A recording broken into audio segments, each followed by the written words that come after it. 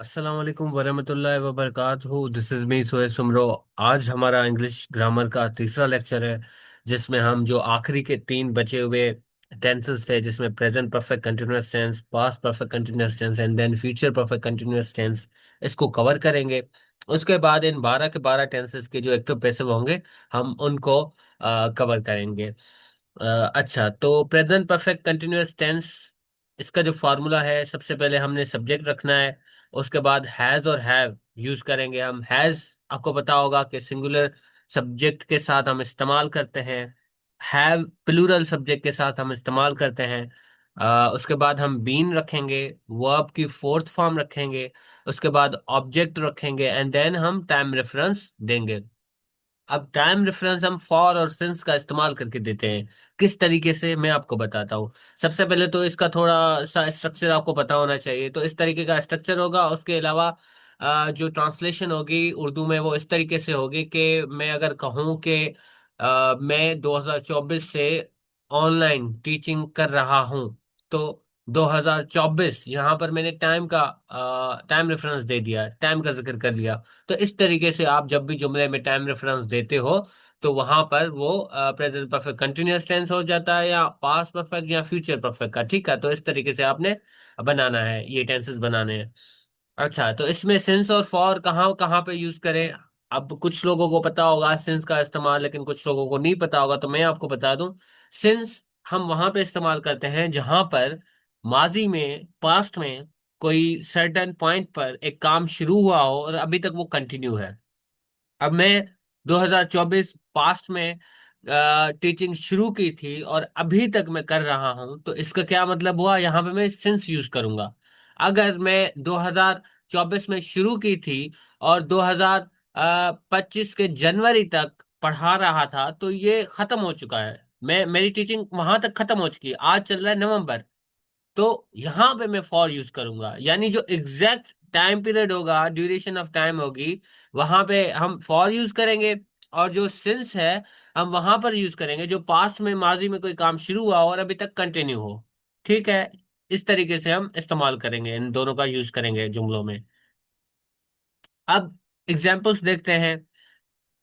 पहला एग्जाम्पल है, वो 2002 से ग्रामर पब्लिक स्कूल में पढ़ा रही है। इसका आपने करना है शी, सब्जेक्ट रखा सबसे पहले। उसके बाद हैज या हैव रखना है। अब शी क्या है? सिंगुलर है, तो इसलिए हमने हैज रखा, शी हैज। फिर बीन रखना है। उसके बाद टीचिंग, फिर in the grammar public school, ये हमारे पास ऑब्जेक्ट आ गया।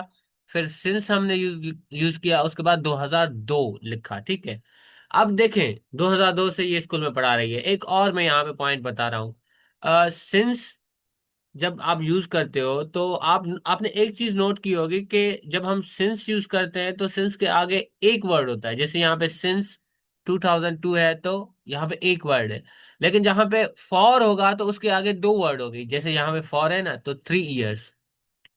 जैसे यहाँ पे फॉर है, तो यहाँ पे 4 इयर्स। तो इस तरीके से ये भी पॉइंट है कि सिंस के आगे हमेशा एक वर्ड इस्तेमाल होता है, फॉर के आगे हमेशा दो वर्ड इस्तेमाल होते हैं। या मैं यहाँ पे कह सकता था सिंस जुलाई, सिंस मॉर्निंग, सिंस संडे। तो इस तरीके से एक वर्ड होगा, यहाँ पर दो वर्ड होंगे। ठीक है, तो इस तरीके से। अच्छा, दूसरा एग्जांपल है, हम 4 सालों से माइक्रोसॉफ्ट कंपनी में काम कर रहे हैं। We have been working in the Microsoft company for 4 years. अब यहाँ पे क्योंकि 4 साल, इसने एग्जैक्ट टाइम दे दिया। इसने ऐसा नहीं कहा कि मैं 4 साल पहले से, ऐसा नहीं कहा, इसने कहा 4 साल, यानी 4 साल काम इसने किया, एग्जैक्ट टाइम दिया है, तो यहाँ पे हम फॉर यूज करेंगे। अदरवाइज अगर ये कहता मैं पिछले 4 साल से काम कर रहा हूं, तो फिर आपने सिंस लगाना था। एग्जाम्पल नंबर 3 में, मैं 3 सालों से उसकी मदद कर रहा हूं। I have been helping him for 3 years. तो ये बहुत ही सिंपल था। इसके बाद हमारा दूसरा tense, past perfect continuous tense. इसमें क्या होगा कि इसमें सारी चीजें सेम होंगी, सारा फार्मूला सेम है, बस एक चीज का डिफरेंस है। इसमें हैड है, हैड हम लगाएंगे। देखिए वहां पे था हैज और हैव बीन, यहाँ पे खाली हैड बीन। आपने सिंगुलर सब्जेक्ट के साथ भी हैड बीन लगाना है, प्लूरल सब्जेक्ट के साथ भी हैड बीन लगाना है। ठीक है, पहले सब्जेक्ट रखना है, उसके बाद हैड बीन, उसके बाद वर्ब की फोर्थ फॉर्म, उसके बाद object and time reference. Time reference का जो कॉन्सेप्ट है मैंने आपको बता दिया। तो इन एग्जांपल्स को सॉल्व करते हैं। पहला एग्जांपल है, वो 3 दिनों से स्कूल जा रहा था। अब इसकी ट्रांसलेशन इस तरीके से होगी, प्रोनाउंसिएशन उर्दू में आपको इस तरीके से मिलेगी। वो 3 दिनों से स्कूल जा रहा था। अगर प्रेजेंट परफेक्ट कंटिन्यूअस होता तो वो 3 दिनों से स्कूल जा रहा है। ठीक है, अगर फ्यूचर कंटिन्यूअस होता तो फ्यूचर परफेक्ट कंटिन्यूअस, वो 3 दिनों से स्कूल जा रहा होगा। जा रहा है, जा रहा था, जा रहा होगा। तो ये ट्रांसलेशन उर्दू में आपको थोड़ी सी इस तरीके से समझनी पड़ेगी। अच्छा, इसका इसका ट्रांसलेशन इस तरीके से होगा कि he had been going to school for 3 days. क्योंकि 3 दिन बोला, अब मैंने अगेन बोला कि फॉर के बाद दो लफ्ज आएंगे, तो यहाँ पे दो आए। सिंस के बाद एक लफ्ज आता है, तो यहाँ पे सिंस के बाद एक आया, 2 PM। सही है। तो इसी तरीके से होती है। वो 2 बजे से खाना खा रही थी। She had been eating meal since 2 PM। हम इतवार से मोबाइल यूज नहीं कर रहे थे। We had not been using mobile phones since Sunday. अब सिंस के बाद फिर से एक वर्ड आ गया। तो ये भी सेंस आप बना सकते हैं इस तरीके से भी। अच्छा, तीसरा है हमारे पास फ्यूचर परफेक्ट कंटिन्यूअस टेंस। अब फ्यूचर परफेक्ट कंटिन्यूअस टेंस का फॉर्मूला क्या है? सारा सेम है, बस इसमें भी वही हेल्पिंग वर्ब चेंज है। पहले सब्जेक्ट रखेंगे, उसके बाद विल हैव बीन लगेगा। अब इसमें हर सिंगुलर सब्जेक्ट के साथ भी will have been, plural subject के साथ भी विल हैव बीन लगेगा।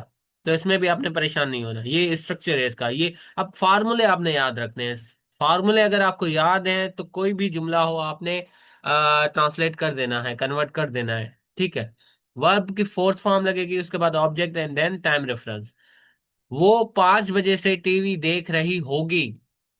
She will have been watching TV since 5 PM। वो 3 महीनों से लाइब्रेरी जा रहे होंगे।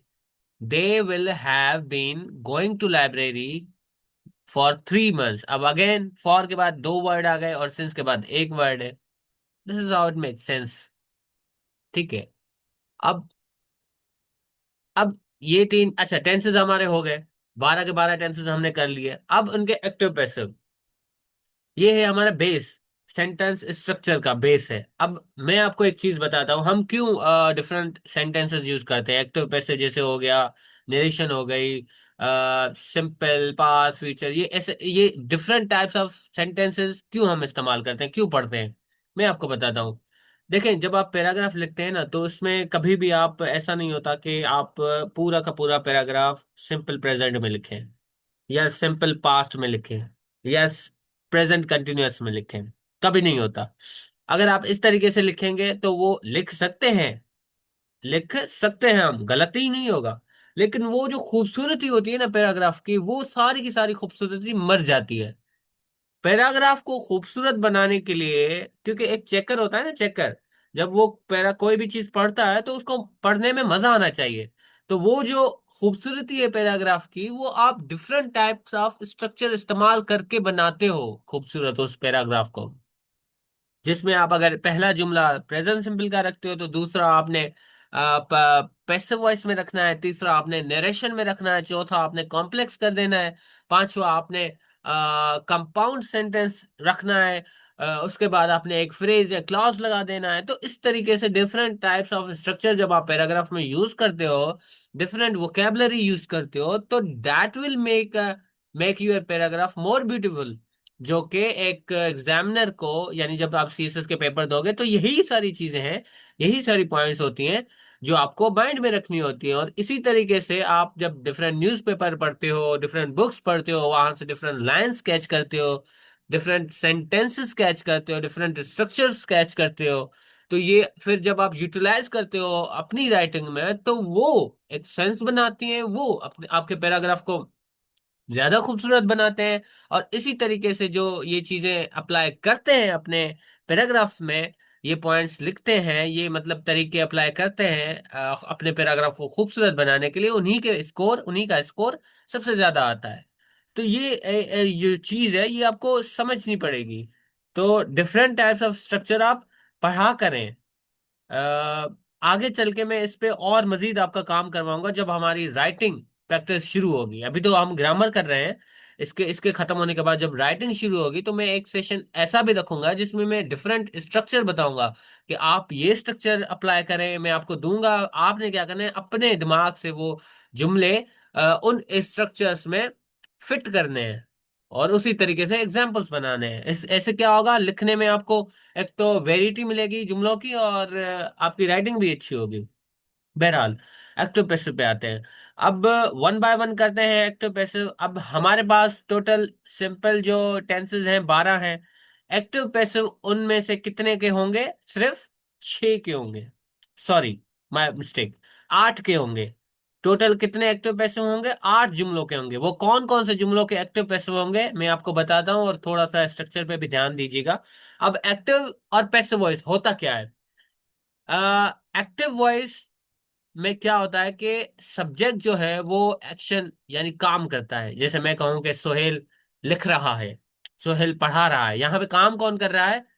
सोहेल काम कर रहा है, यानी सब्जेक्ट पे ज्यादा फोकस है। लेकिन पैसिव वॉइस में सब्जेक्ट पे फोकस नहीं होता, पैसिव वॉइस में ऑब्जेक्ट पे फोकस होता है। मैं कहूं कि एक खत मुझसे लिखा जा रहा है या एक खत इससे लिखा जा रहा है, तो यहाँ पे फोकस किस पे है? फोकस है ऑब्जेक्ट पर। यहाँ पे सब्जेक्ट जो है वो एक्शन रिसीव करता है, सब्जेक्ट एक्शन नहीं करता, यहाँ पे सब्जेक्ट एक्शन रिसीव करता है। ठीक है, तो इस तरीके से मैं आपको समझाता हूँ आगे चल के। पहला जुमला है जैसे कि शी राइट्स अ लेटर, ये प्रेजेंट सिंपल का है। अब यहाँ पे हम इसको कन्वर्ट कैसे करें पैसिव में? सबसे पहले आपने ऑब्जेक्ट जो है वो रखना है, सबसे पहले आपने ऑब्जेक्ट रखना है। हमने ऑब्जेक्ट रखा अ लेटर, ठीक है, यहाँ पे द लेटर हो, अ लेटर हो, एन एलिफेंट हो, वो आपने यहाँ पे रखना है। सिंपल सी बात है पहला। उसके बाद हमने क्या रखना है? उसके बाद हमने, अगर सिंपल है प्रेजेंट सिंपल है तो इज, अगर पास्ट सिंपल है तो वाज। ठीक है, अगर प्रेजेंट सिंपल है तो इज, अगर पास्ट सिंपल है तो वाज और वर। वर हम अकॉर्डिंग टू द सब्जेक्ट लगाएंगे, वर वहां पे लगाएंगे जहां पे प्लूरल सब्जेक्ट होगा। यहाँ पे एक लेटर है तो इज लगा, अगर टू लेटर होते या लेटर्स होता तो आर लगता है। ठीक है, तो इस तरीके से ये तो माइनस चीजें आपको पता होगी। बहरहाल सबसे पहले हमने ऑब्जेक्ट रखा अ लेटर, उसके बाद इज रखा, उसके बाद आपने ये चीज नोट करनी है कि पैसिव वॉइस कोई भी हो, प्रेजेंट सिंपल का पैसिव हो, पास्ट सिंपल का पैसिव हो, फ्यूचर सिंपल का पैसिव हो, या किसी का भी पैसिव हो, उसमें हमेशा थर्ड फॉर्म वर्ब की इस्तेमाल होती है। हमेशा थर्ड फॉर्म वर्ब की इस्तेमाल होती है। ठीक है, ये चीज याद रखनी है। तो a letter is written by, इसके बाद हम यूज करेंगे, और आखिर में हम इस ये जो शी है इसका ऑब्जेक्ट क्या हो जाएगा? इसका हो जाएगा हर, शी का हर हो जाएगा। ठीक है, जैसे कि वही का अस हो जाएगा। इस तरीके से आपने इनको चेंज करना है। जैसे कि यहाँ पे सेकंड है शी रोट अ लेटर, ये पास्ट है, पास्ट सिंपल, तो इसका क्या होगा? A letter was written by her. फिर फ्यूचर सिंपल का she will write a letter, तो इसका क्या होगा? सबसे पहले हम ऑब्जेक्ट रखेंगे आखिर वाला अ लेटर, फिर विल बी लगाएंगे, will be, written third form लगा ली, बाय लगा लिया और हर लगा लिया। ठीक हो गया। अब अगर आई होता तो एक्टिव में ये पैसिव में बन जाता मीन। ठीक है, ये मैं आपको एक लिस्ट भेज देता हूँ, या तो फिर आप गूगल पे इसकी लिस्ट चेक कर लीजिएगा। वहां पे आपको इनके ये जो ऑब्जेक्ट्स इनको कहते हैं ऑब्जेक्ट। एक होता है डायरेक्ट ऑब्जेक्ट, एक होता है इनडायरेक्ट ऑब्जेक्ट। डायरेक्ट ऑब्जेक्ट आपका ये है अ लेटर, एन एप्पल, जो मैंने आपको बताया था समझाया था। इनडायरेक्ट ऑब्जेक्ट होता है हर, हिज, उसके अलावा इट्स, माय, मी, इस तरीके से। ठीक है। अच्छा, चौथा number she is writing a letter, इसको कैसे ट्रांसलेट किया जाए? सबसे पहले ऑब्जेक्ट रखेंगे अ लेटर। अब प्रेजेंट सिंपल में क्योंकि इज है तो हम इज तो लगाया लेकिन बीइंग लगाएंगे, इज बीइंग लगाएंगे। वहां पे खाली इज लगा रहे थे, उसके बाद थर्ड फॉर्म लगा रहे थे, यहाँ पे हम कंटिन्यूअस में इज बीइंग लगाएंगे फिर थर्ड फॉर्म लगाएंगे। ये चीज आपने नोट करनी है। A letter is being written by her. इसी तरीके से है पास्ट कंटिन्यूअस टेंस, उसका कैसे करेंगे? ये she was writing a letter है तो उसका हो जाएगा a letter was being written by her. और फ्यूचर कंटिन्यूअस टेंस का does not exist, future continuous tense का नहीं होता पैसिव। आपने याद रखना है कि पहले प्रेजेंट सिंपल का होगा, पास्ट सिंपल का हो गया, फ्यूचर सिंपल का होगा, प्रेजेंट कंटिन्यूअस का होगा, पास्ट कंटिन्यूअस का होगा, लेकिन फ्यूचर कंटिन्यूअस का नहीं होगा। ठीक हो गया।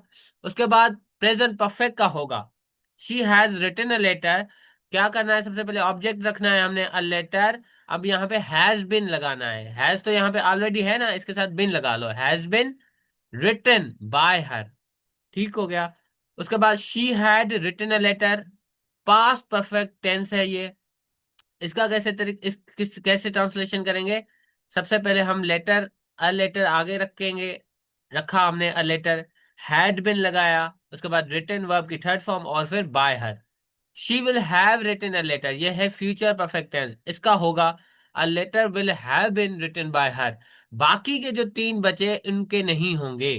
यानी टोटल हमारे पास आठ, आठ टेंसेस के एक्टिव से पैसिव होंगे।